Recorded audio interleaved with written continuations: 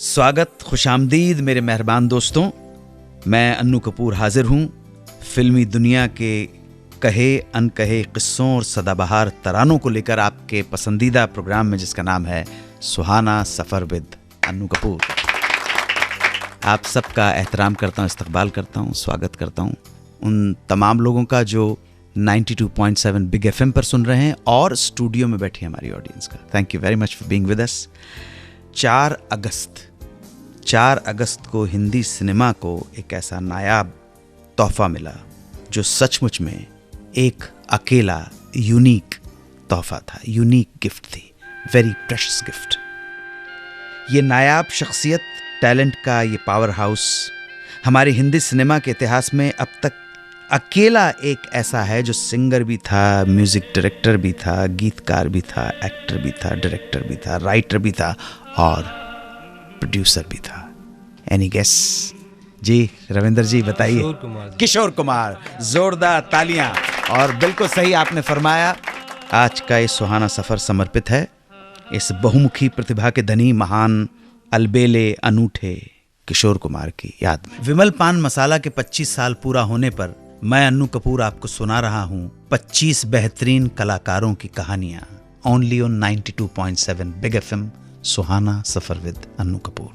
गए दिनों का सुराग लेकर किधर से आया किधर गया वो, गए दिनों का सुराग लेकर किधर से आया किधर गया वो, अजीब मानूस अजनबी था मुझे तो हैरान कर गया वो।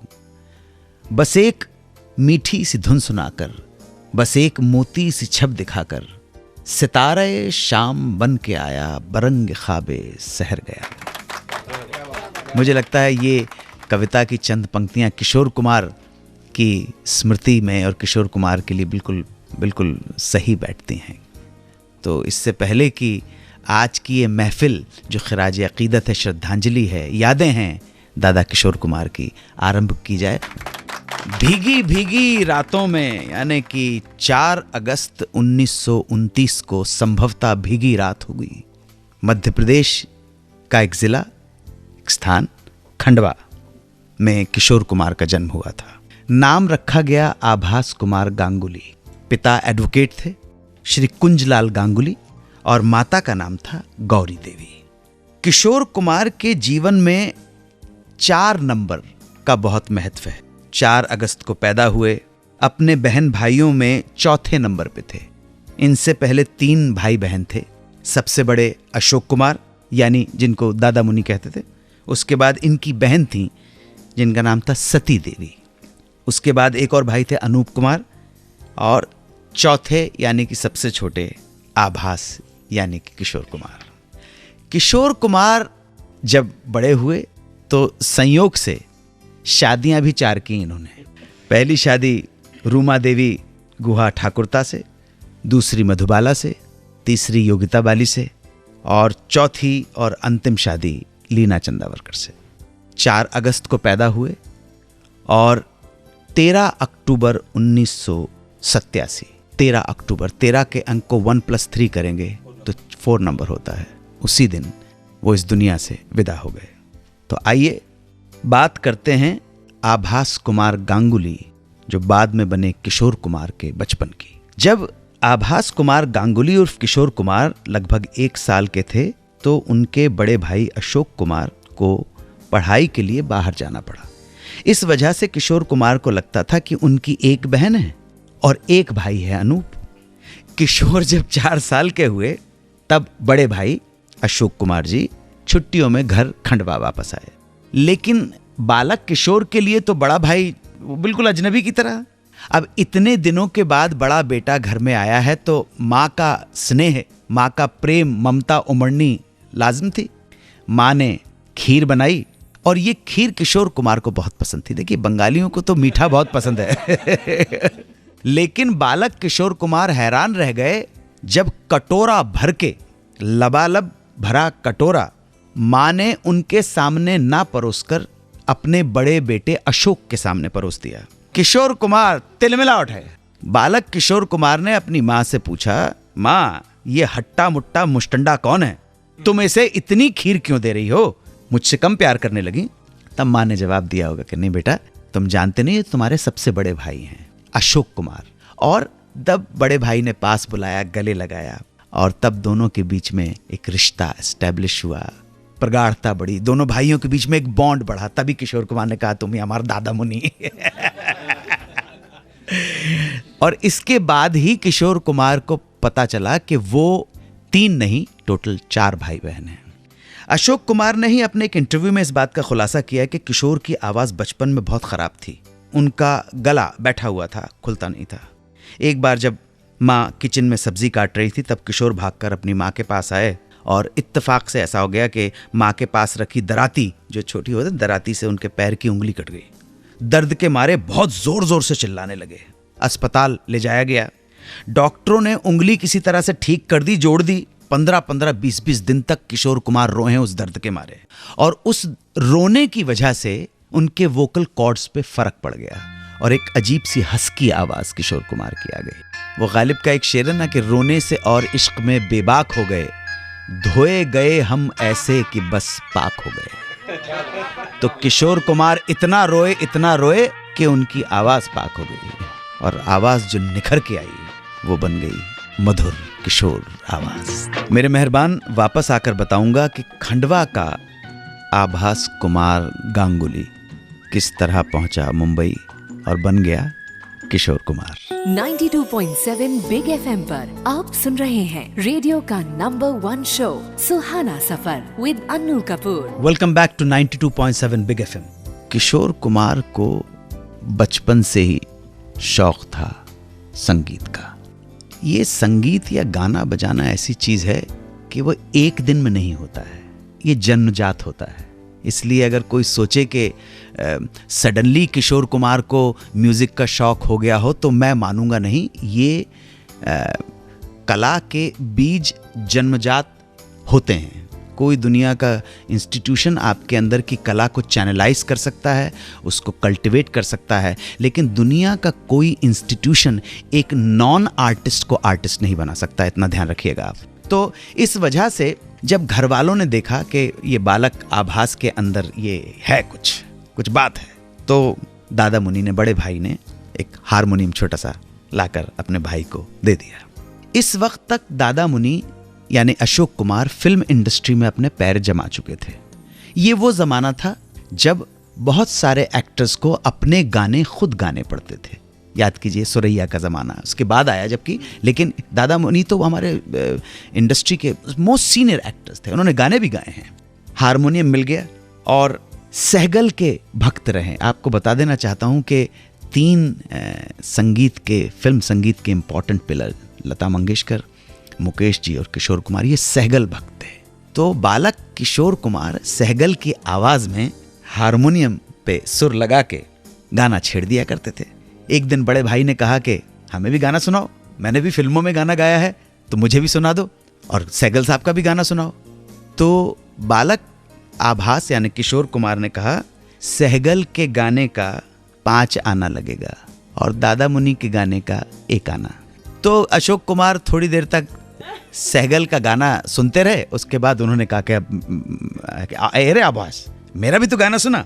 उन्होंने कहा 1 आना दीजिए, सुनाता हूँ। फिर उसके बाद दादा मुनि ने कहा होगा, ऐसा सोच सकते हैं हम कि हम वहाँ पे मौजूद नहीं थे, कि सहगल का गाना, कहले नहीं, अब सहगल साहब का रेट बढ़ गया है, और अगर आपको अपना गाना सुना तो आपका गाना 1 आने में ही रहेगा, सहगल का गाना सुनना है। अशोक कुमार ने अपने एक इंटरव्यू में अपने भाई के बारे में कहा था, पढ़ाई में मन नहीं लगता उनका। तो जैसे तैसे स्कूल की पढ़ाई कंप्लीट की, और जब कॉलेज में एडमिशन लिया तो अपने कॉलेज के लेसन्स ट्यून करके ही याद किया करते थे। उन्होंने माल्थुसियन थ्योरी को भी ट्यून करके याद कर रखा था। जी जी जी, आप समझे। एक बड़ा मुझे एक किस्सा याद आ रहा है कि पंजाब में क्लास चल रही थी, तो गुरुजी ने कहा कि कल पहाड़ा याद करके आना। 2 एकम 2, 2 दूनी 4, 2 चौक 3 6, 2 चौक 8, 2 पंजे 10। दूसरे दिन बच्चे आए तो उन्होंने एक बच्चे से कहा, हरमिंदर खड़ौता हो जा, मतलब खड़े हो जाओ, अब बेटा पहाड़ा सुना। तो बच्चा हरमिंदर जो था वो कहला,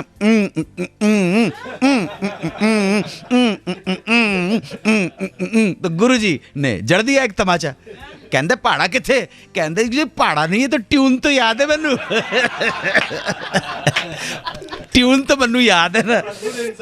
तो हाँ, तो किशोर कुमार भी ट्यून याद करते थे, थ्योरी याद हो गई नहीं तो सारी थ्योरी उन्होंने म्यूजिकल याद कर रखी थी। समझे ना, समझे ना। संवेग परिवर्तन की दर संवेग समानु पाती है, संवेग ऐसा ही कुछ हुआ होगा। तो ये पैशन देख के घर वालों को लगा, और दादा मुनि आई जो बड़ा भाई आ चुका था, लगा कि यार यहाँ पे इस बच्चे को, छोटे भाई को प्रोत्साहित करना चाहिए, उसको भेजना चाहिए। और उन्होंने कहा चलो जितनी पढ़ाई कर ली है अब कर ली, अब चलो मेरे साथ। तो इस तरह से किशोर कुमार पहुंच गए अपने भाई का दामन थाम के मुंबई। घर पे ही रहते थे और सिंगिंग काम करते रहते, रियाज करते रहते, और दिन के टाइम पे स्टूडियो के चक्कर काटा करते थे। सबसे पहले चक्कर काटने का और संघर्ष करने का, जो मेहनत करने का, जैसे कहते हैं ना यार, संघर्ष रंग लाया मेरा, मेहनत रंग लाई। ये रंग लाई 1946 में, जब उन्हें म्यूजिक डायरेक्टर सरस्वती देवी ने चांस दिया एक फिल्म में। फिल्म का नाम था 80 डेज, लेकिन ये चांस कोरस में गाने का चांस था। आप समझ सकते हैं, कोरस में भी मिल गया तो ये चांस ही कहा जाएगा सबसे पहले। जी जी जी।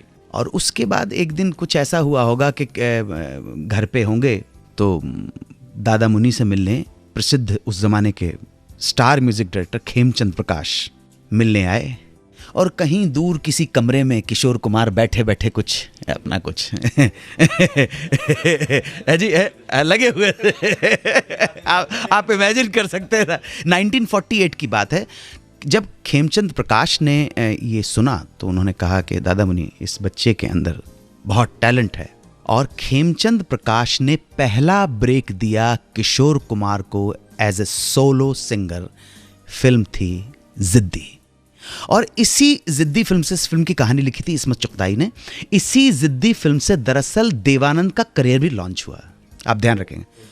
और सोलो जो गाना किशोर कुमार ने प्लेबैक गाया है, वो गाना देवानंद के ऊपर पिक्चराइज्ड है। मरने की दुआएं क्यों मांगूं, मरने की दुआएं क्यों मांगूं। This was the first ever solo song by great Kishore Kumar, composed by Khemchand Prakash, film Ziddi 1948. With this film Devanand का करियर भी लॉन्च हुआ, और ये पहला पड़ाव था देव साहब के लंबे स्टारडम के करियर। किशोर कुमार अपने बड़े भाई अशोक कुमार के घर पर ही रहते थे, और वहीं पे उन्हें मिली पहली फिल्म, दादा के संरक्षण में, बड़े भाई के छत्र छाया के तले। लेकिन इसी बड़े भाई ने क्यों निकलवा दिया उन्हें फिल्म कंपनी बॉम्बे टॉकीज से? क्यों किया बड़े भाई ने? बड़े भाई की बेरुखी का राज बताऊंगा थोड़ी देर में। 92.7 बिग एफएम पर आप सुन रहे हैं रेडियो का number 1 show Suhana Safar with Annu Kapoor. Welcome back to 92.7 Big FM. आज हम जन्मदिन मना रहे हैं, बर्थडे सेलिब्रेट कर रहे हैं actor, director, singer, music composer, lyricist, story writer, producer and great versatile artist Kishore Kumar का। किशोर कुमार को किशोर कुमार बनाने का श्रेय, वो सपोर्ट जाहिर है अशोक कुमार को जाता है। दादा मुनि ने सहारा दिया।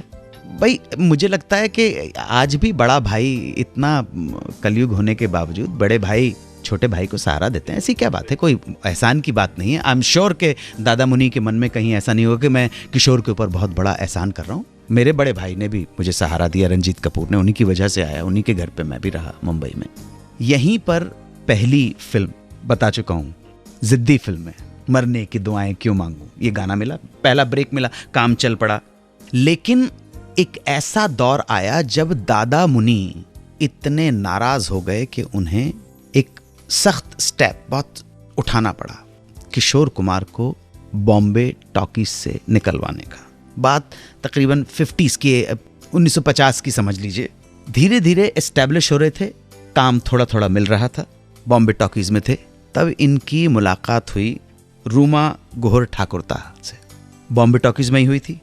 रूमा देवी वहां एक फिल्म की शूटिंग कर रही थी। दोनों साथ साथ मिलने बैठने लगे, मुलाकातें बढ़ी।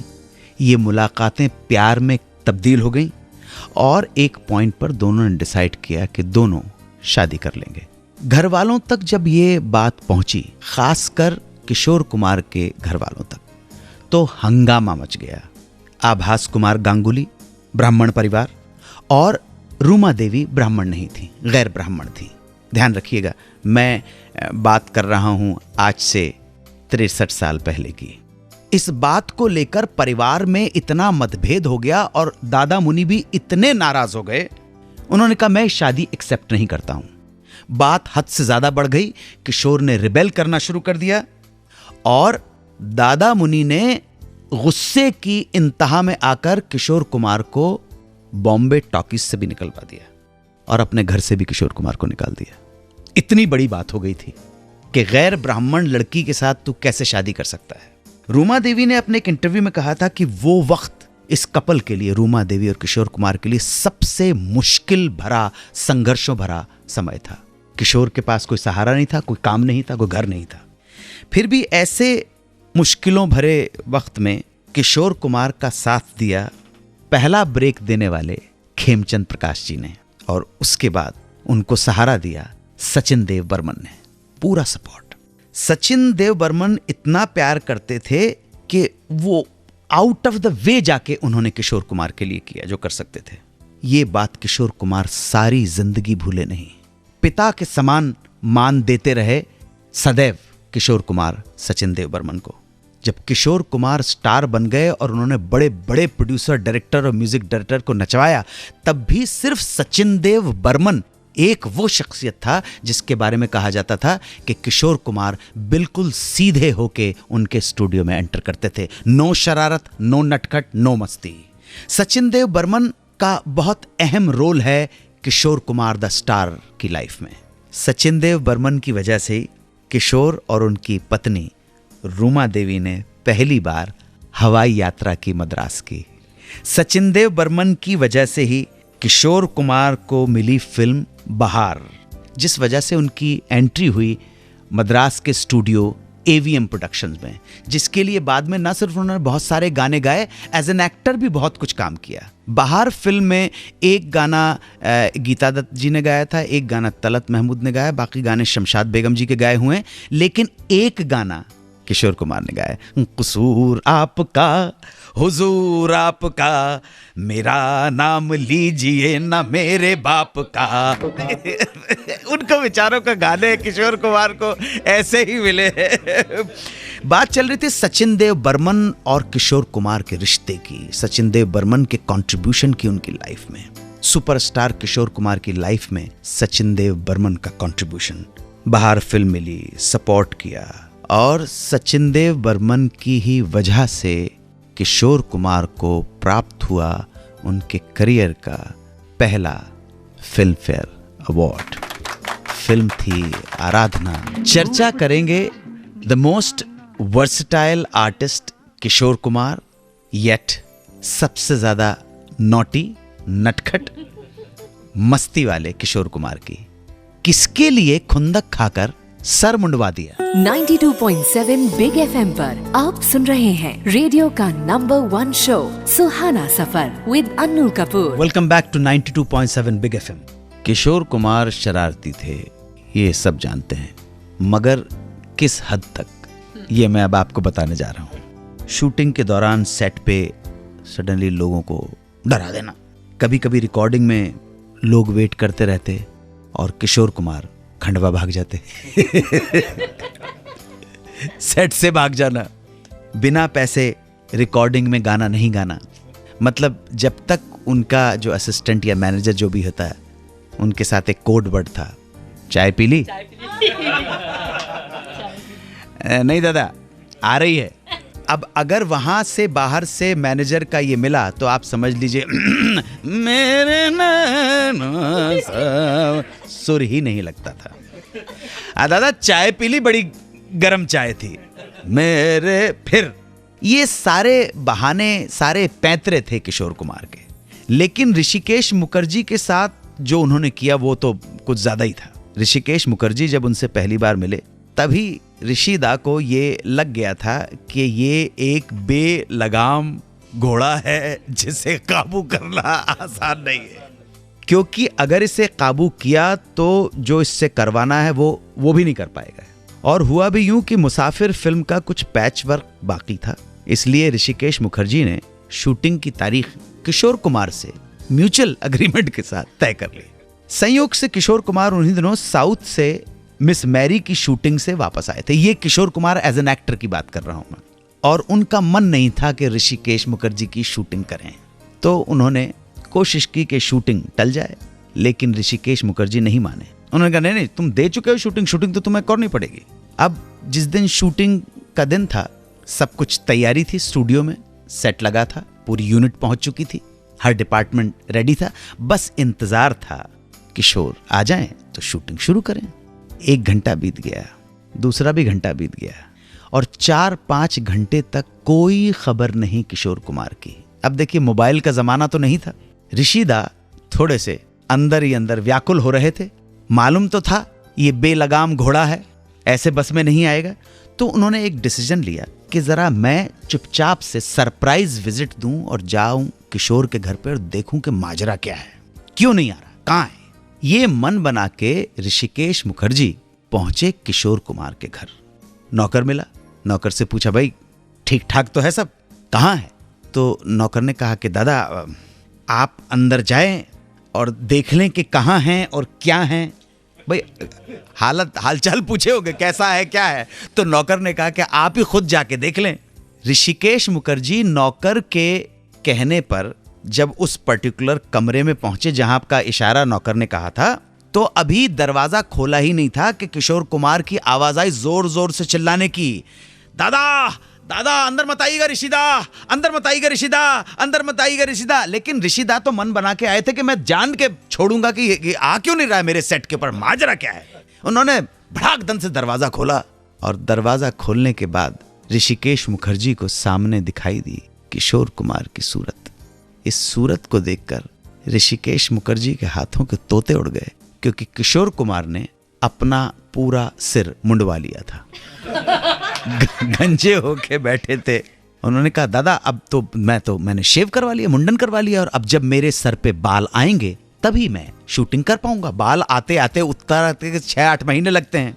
ऋषिकेश मुखर्जी भी मानने वाले नहीं थे। उन्होंने कहा किशोर तेरी ये शरारतें मैं बहुत अच्छी तरह से जानता हूं, मुझे मालूम था कि तेरे साथ काम करने में मुझे कहीं ना कहीं दिक्कत आएगी, इसलिए मैंने अपने मेकअप डिपार्टमेंट से एडवांस में ही कह के रखा था कि जरा संभलना, इसके सर का नाप ले लेना, मैं तेरी विग बनवा लूंगा। विग बनाए तुझे शूटिंग तो करनी पड़ेगी और विग तैयार हो जाएगी, सर लाए और तू परसों से ही शूटिंग करेगा। मुझे समझ में ही नहीं आता। और इस तरह से शूटिंग हुई होगी। किशोर कुमार ने बचने की कोशिश की, लेकिन अगर ये आभास कुमार गांगुली थे तो उसका नाम भी ऋषिकेश मुखर्जी था। 2 बंगाली मिल जाए तो एक दूसरे को छोड़ेंगे। किशोर कुमार पर क्यों जड़ दिया गया केस और क्यों लगा दी गई पाबंदी उनके एक्टिंग करने पर। 92.7 बिग एफएम पर आप सुन रहे हैं रेडियो का number 1 show Suhana Safar with Annu Kapoor. Welcome back to 92.7 Big FM. बात हो रही है किशोर कुमार की। मना रहे हैं ग्रेट लेजेंड किशोर कुमार का जन्मदिन। एज ए सिंगर मैं बता चुका हूँ उनका सफर आरंभ हुआ था, शुरुआत हुई थी 1948 की फिल्म जिद्दी से, और ये प्रोफेशनल करियर बहुत सारे पड़ावों को छूता हुआ, मुकामों से गुजरता हुआ फिल्म वक्त की आवाज पे खत्म हुआ। 1988 में फिल्म रिलीज हुई थी, जहां उन्होंने आशा भोसले के साथ अपना आखिरी गीत गाया था। इतने सालों के सफर में किशोर कुमार ने 2905 गाने गाए, जिनमें से 8 गानों के लिए उन्हें फिल्म फेयर के अवार्ड से नवाजा गया। ये गाने थे, पहला गाना जब बता चुका हूँ, रूप तेरा मस्ताना। फिर उन्हें अवार्ड मिला बेस्ट सिंगर का, दिल ऐसा किसी ने मेरा, खाई के पान बनारस वाला, 1000 राहें मुड़ के देखी, थोड़ी सी बेवफाई, पग घुंघरू बांध मीरा नाची रे, नमक हलाल, अगर तुम ना होते, टाइटल ट्रैक अगर तुम ना होते के लिए, और सागर फिल्म का सागर किनारे और 8वां मिला मंजिलें अपनी जगह फिल्म शराबी के लिए। अब मैं आपको ये बताऊंगा कि किशोर कुमार का पहला एक्टिंग असाइनमेंट कौन सा था, कैसे चली इनकी एक्टिंग की गाड़ी। बात तकरीबन वही है 1950 की। जिद्दी की शूटिंग चल रही थी, तब एक माली का रोल करने वाला एक्टर नहीं आया, तो दादा मुनि ने किशोर से कहा कि तुम ये माली वाला रोल तुम कर लो। किशोर कुमार घबरा गए, कहा दादा ये एक्टिंग वैक्टिंग मुझसे नहीं होगी, आप किसी और से करवा लीजिए। मगर दादा मुनि ने समझाया, प्रेशर दिया, किशोर मान गए और रोल कर लिया। उन्होंने दादा मुनि से सारी ट्रेनिंग ले ली कि कैसा काम करना है, कैसे कैमरा फेस करना है, कैसे डायलॉग बोलने हैं। और इंटेलिजेंट आदमी तो था किशोर कुमार, बचपन से ही दादा मुनि से जो सीखा फटाफट ग्रैब कर लिया। एक शॉट में कुछ टेक्निकल प्रॉब्लम हो गई। एक बार फिल्म के डायरेक्टर ने कहा कि इसका रीटेक लेना पड़ेगा। ये खबर सुनते ही किशोर कुमार को लगा कि इस सीन का रीटेक होने वाला है, तो वो वहां से भाग लिए। ये नटखट किशोर को है। सारे स्टूडियो में लोगों ने ढूंढा कि किशोर कुमार कहाँ गायब हो गए। बड़ी मुश्किल से 3 घंटे के बाद इन्हें ट्रेस किया गया और उस माली वाले सीन का रीटेक हुआ। पहली बार में जी। वैसे सेट से किशोर कुमार के भागने के हजारों किस्से हैं। ऐसे ही एक बार डायरेक्टर अरविंद सेन की एक फिल्म कर रहे थे, जहां इन्हें एक पॉइंट से कार को चलाकर दूसरे पॉइंट से होते हुए फ्रेम से आउट हो जाना था। निकली गाड़ी, वहां से गई, आउट हो गए। डायरेक्टर ने कहा एक्शन, किशोर कुमार ने गाड़ी स्टार्ट की और फ्रेम से आउट हो गए। और ऐसे आउट हुए कि 3 घंटे के बाद फोन करके कहा तुमने कट नहीं बोला, तो मैं गाड़ी चलाता चलाता पनवेल तक पहुंच गया। जिद्दी फिल्म से किशोर कुमार एक्टिंग में ही कूद गए और लगभग 102 फिल्मों में एक्टिंग की। इनमें से भाई भाई, बाप रे बाप, भागम भाग, न्यू दिल्ली, आशा, चलती का नाम गाड़ी, हाफ टिकट, पड़ोसन, झुमरू वगैरह वगैरह बहुत इंपॉर्टेंट फिल्में हैं। इतनी सारी फिल्में एज एन एक्टर करते करते एक पॉइंट पे किशोर कुमार की जिंदगी में एक ऐसा मोड़ आया जब उन्होंने कुछ ज्यादा ही काम अपने हाथ में ले लिया। जरूरत से ज्यादा फिल्में साइन कर ली और फिर जब उन फिल्मों को समय नहीं दे पाए, उनकी शूटिंग के लिए डिवोट नहीं कर पाए, डेट्स नहीं निकाल पाए, तो फिल्म के प्रोड्यूसर्स ने मिलकर उनके खिलाफ केस भी दायर कर दिया था और फिल्म इंडस्ट्री में उनकी एक्टिंग करने पर पाबंदी लगा दी गई थी। ऐसे हालत में किशोर की पत्नी रूमा देवी ने एक पत्र लिखकर किशोर को समझाया, उनके एक्टिंग पे पाबंदी है, उनके गाने पे पाबंदी नहीं है, तो क्यों ना वो एक्टिंग भूलकर एक सिंगर के रूप में अपनी एक नई पारी शुरू कर दें। और इसी के बाद किशोर की जिंदगी में आई आराधना की सफलता के बाद सिंगिंग के काम मिलने शुरू हो गए और किशोर कुमार ने बहुत सी फिल्मों में एक से बढ़कर एक गीत गाए और किशोर कुमार की नई पारी का आगाज बेहतरीन हुआ। कटी पतंग, प्रेम पुजारी, सच्चा झूठा, सफर, Amar, Prem, Andaz, Gambler, Hare Rama, Hare Krishna, Don, Sagar and so. आज हम सेलिब्रेट कर रहे हैं महान कलाकार किशोर कुमार का जन्मदिन। वापस आकर बताऊंगा किशोर कुमार के जीवन की कुछ कही अनकही कहानियां। 92.7 बिग एफएम पर आप सुन रहे हैं रेडियो का number 1 show Suhana Safar with Annu Kapoor. Welcome back to 92.7 Big FM. Kishore Kumar की 4 पत्नियों में से प्रथम जो उनकी पत्नी थी रूमा देवी, उनके साथ तलाक हो गया था। रूमा देवी के ही पुत्र हैं अमित कुमार। दूसरी वाइफ मधुबाला हार्ट की बीमारी की वजह से चली गई। तीसरी पत्नी योगिता बाली से भी उनकी शादी कामयाब नहीं रही। इनकी चौथी और आखिरी पत्नी जिंदगी में कैसे आई ये मैं आपको बताता हूँ। इनकी चौथी पत्नी लीना चंदावरकर भी इनसे शादी करने से पहले एक शादी कर चुकी थी, सिद्धार्थ काकोडकर। शशिकला काकोडकर गोवा की चीफ मिनिस्टर हुआ करती थी, उनके भाई के साथ। जब तक किशोर कुमार की तीसरी शादी टूटी तब तक लीना चंदावरकर के हस्बैंड की डेथ हो गई थी। इसके बाद जब किशोर कुमार को ये मालूम हुआ तो उन्होंने लीना चंदावरकर के साथ एक फिल्म प्लान की अपने आप को लेकर। लीना हीरोइन हो और वो खुद हीरो हो।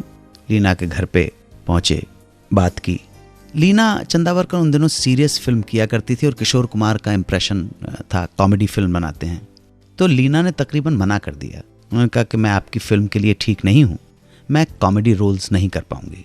तब किशोर कुमार ने उन्हें कन्विंस करने की कोशिश की कि मैंने एज ए डायरेक्टर दूर गगन की छाँव में और दूर कराही जैसी फिल्में बनाई हैं, तो मेरी जहनियत सीरियस काम करने की है, आप ध्यान रखेंगे कि किशोर कुमार का इंप्रेशन एक कॉमेडियन का था, लेकिन जब पहली बार फिल्म उन्होंने डायरेक्ट की तो बहुत सीरियस फिल्म बनाई है।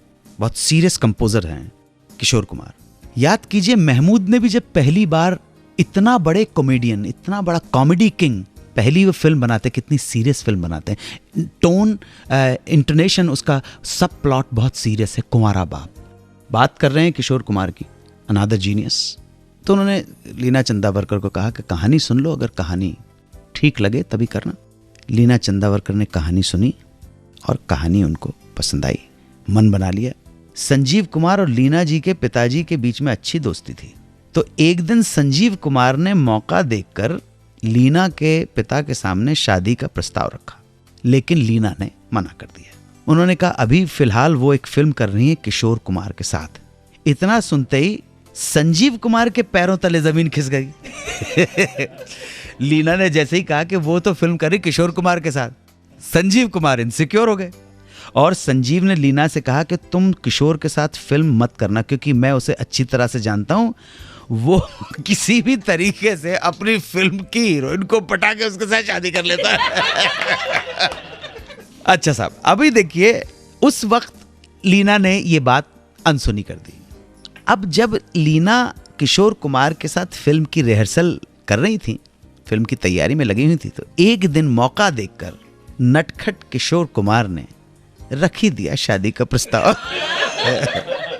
लीना के सामने आई लव यू बबलू जो भी कुछ हुआ होगा, पहले तो लीना जी ने मना कर दिया। संजीव कुमार की याद आ गई कि बड़ा नटखट है, अपनी हर हीरोइन को उन्होंने साफ कह दिया कि मुझे किसी ने आपके बारे में कहा था कि आप एक ना एक दिन ये प्रस्ताव शादी का मुझे जरूर करोगे। मुझे नहीं करनी शादी और आपको मुझे फिल्म भी नहीं करनी है। ये सुनकर किशोर कुमार ने उन्हें समझाया कि शादी नहीं करनी तो कोई बात नहीं, मेरी फिल्म तो कर लो, चलो अब मैं अपने शब्द वापस लेता हूँ। तो अब लीना ने भी समझा कि भाई फिल्म तो कर लें, शादी वादी नहीं करूंगा मैं आपके साथ। काम करना शुरू कर दिया और धीरे धीरे फिल्म में काम करते करते किशोर कुमार ने लीना जी को आटे में ले लिया। दोनों की शादी हो गई, फिल्म नहीं बनी, लेकिन लीना चंदावरकर से शादी जरूर उन्होंने कर ली। किशोर कुमार बगैर पैसे के लिए बहुत सेंसिटिव थे। किशोर कुमार बिना पैसे लिए काम नहीं करते थे, पहले पैसा फिर बाद में काम। लेकिन ऐसे एग्जाम्पल हैं जहां उन्होंने पैसे को नहीं देखा। राजेश खन्ना की फिल्म अलग अलग के लिए किशोर कुमार ने सिर्फ 1 रुपया लिया था पारिश्रमिक के तौर पर। जब सत्यजीत रे मास्टरपीस पाथेर पंचाली बना रहे थे तो उस वक्त उन्हें 5,000 रुपए की जरूरत थी। किशोर कुमार को ये बात मालूम हुई तो किशोर कुमार ने 5,000 रुपए दिए। किशोर कुमार लता मंगेशकर को अपना सीनियर मानते थे, इसलिए सुनने में आया कि वो लता जी से 1 रुपया कम ही पेमेंट लिया करते थे। केएल सहगल के बारे में बता चुका, उनके भक्त थे। केएल सहगल से मिलने का उनका ख्वाब था, लेकिन जो कभी पूरा नहीं हो पाया।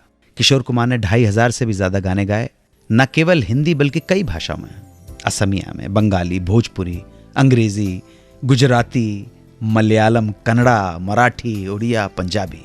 कई फिल्में डायरेक्ट की, कितनी फिल्मों में एज एन एक्टर काम किया, 14 फिल्में प्रोड्यूस की, 24 गीत लिखे, 12 फिल्मों को डायरेक्ट किया, 15 फिल्मों की कहानियां लिखी और 5 फिल्मों का स्क्रीन प्ले भी लिखा। मुझे नहीं लगता है कि किशोर कुमार बहुत रेयर घटना है, रेयर पर्सनैलिटी है, रेयर इंडिविजुअलिटी है। ऐसा टैलेंट शताब्दियों में कभी आता है।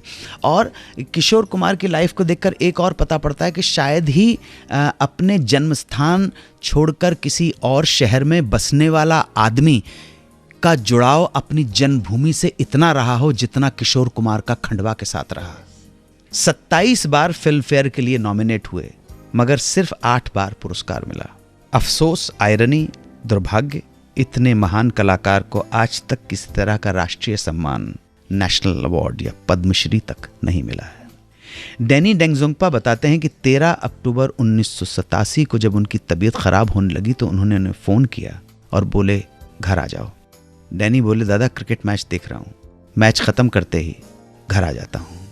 मैच ख़त्म हुआ, डैनी किशोर कुमार के बंगले पे पहुँचे, जो बंगला उन्होंने माँ के नाम पे रखा था, गौरी विला। तो उन्होंने देखा बप्पी लहरी और बहुत सारे लोगों की गाड़ियाँ वहाँ खड़ी हैं और पता लगा कि दादा नहीं रहे। उन्हें आज भी याद है कि सामने दादा चिरनिद्रा में सोए थे और थोड़ी ही दूर पर एक गाना चल रहा था, तेरी दुनिया से होके मजबूर चला, मैं बहुत दूर चला। इस महान कलाकार को श्रद्धांजलि देते हुए विराम देते हैं आज के इस महफिल को। किशोर कुमार संगीत प्रेमियों के दिन में हमेशा थे और हमेशा बने रहेंगे। श्रद्धा सुमन हमने अर्पित किए इस शो में। आभारी हूं आप सबका। Thank you very much for being with us. जय हिंद, वंदे। 92.7 बिग FM पर आप सुन रहे हैं रेडियो का number 1 show Suhana Safar with Annu Kapoor.